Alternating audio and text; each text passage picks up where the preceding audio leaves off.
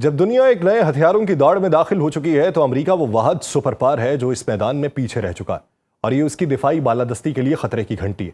अरबों डॉलर की सरमायाकारी के बावजूद HACM जैसे कि एयरफोर्स का, आर्मी का डार्क ईगल है और नेवी का CPS प्रोग्राम में अमेरिका अब तक कोई मुकम्मल तौर पर फाल या बड़े पैमाने पर तैयार करदा हाइपरसोनिक मिसाइल मैदान में नहीं ला सका।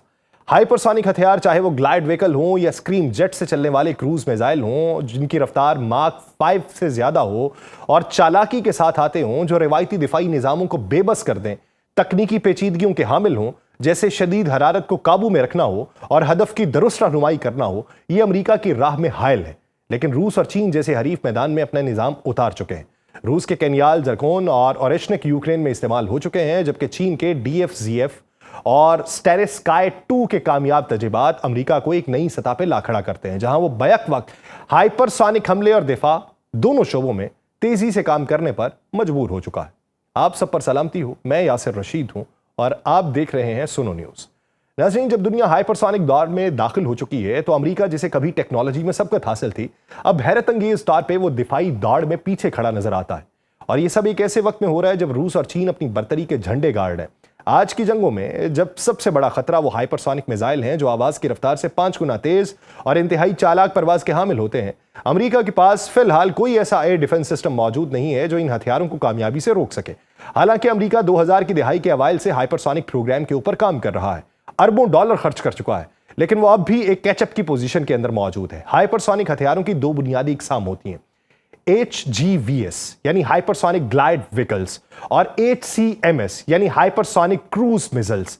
ये दोनों टेक्नोलॉजीज एक रॉकेट के जरिए फला में बुलंद किए जाने वाली हैं और फिर अपने हदफ की तरफ हैरत अंगेज रफ्तार से ग्लाइड करते हैं, जबकि हाइपरसोनिक क्रूज मिसाइल्स जो है ये फजा में ही स्क्रीम जेट इंजन से मुसलसल तवानाई हासिल करते हैं और अपने हदफ की तरफ बढ़ते चले जाते हैं।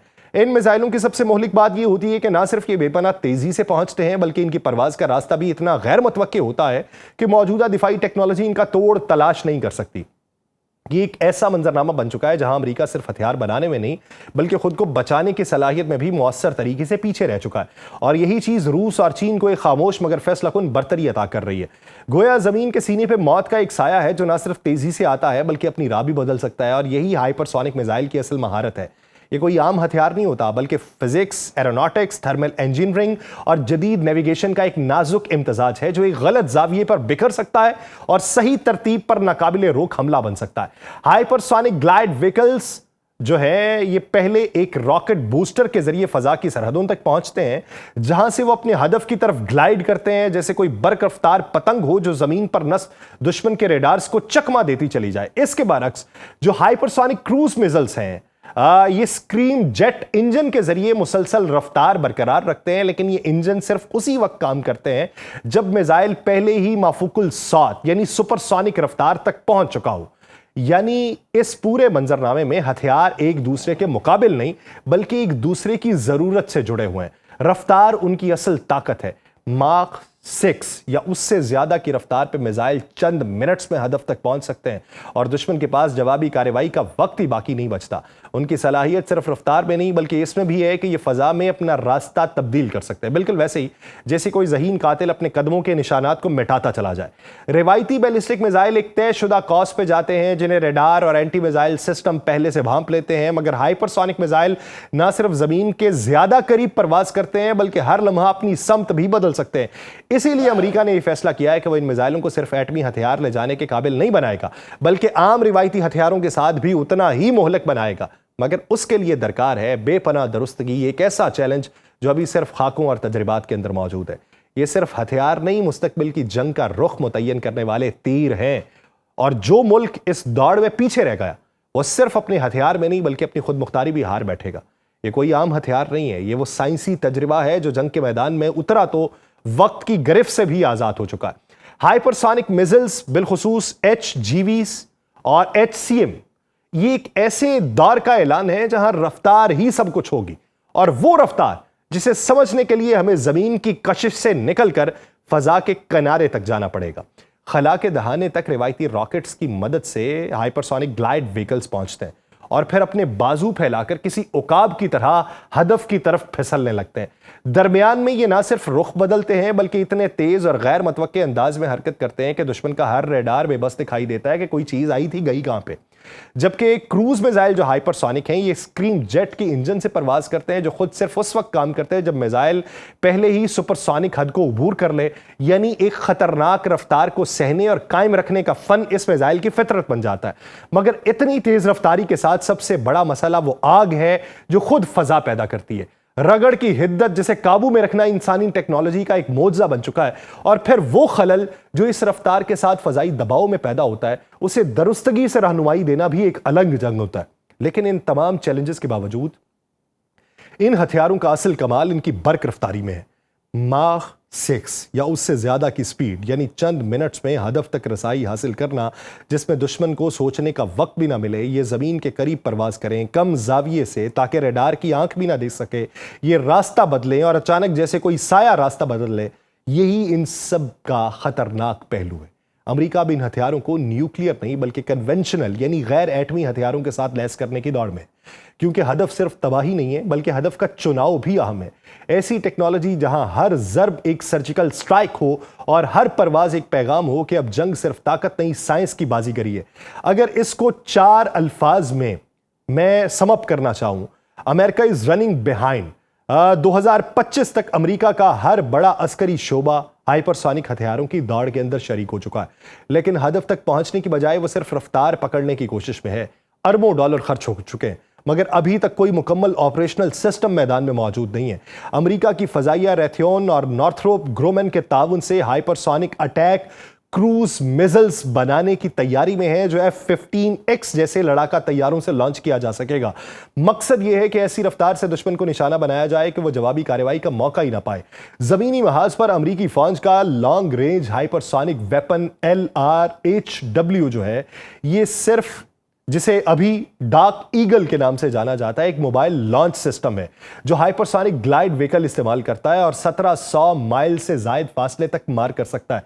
इसकी लचकदार नकलो हरकत इसे मुख्तलिफ जंगी हालात में मौसर बनाती है और यही ग्लाइड व्हीकल अमरीकी बहरिया के कन्वेंशनल प्रॉम्प्ट स्ट्राइक प्रोग्राम का हिस्सा भी है जो इसे समुद्री प्लेटफॉर्म जैसे कि वर्जीनिया क्लास आबदोजों और उसके अलावा जमवॉल्ट क्लास तबाहकुन बहरी जहाजों से लॉन्च करने के काबिल बनाता है। इन तमाम कोशिशों के बावजूद अमेरिका की हकीकत आज भी यही है कि एक नई जंगी दौड़ में वो पीछे है और इस बार रफ्तार ही सब कुछ है।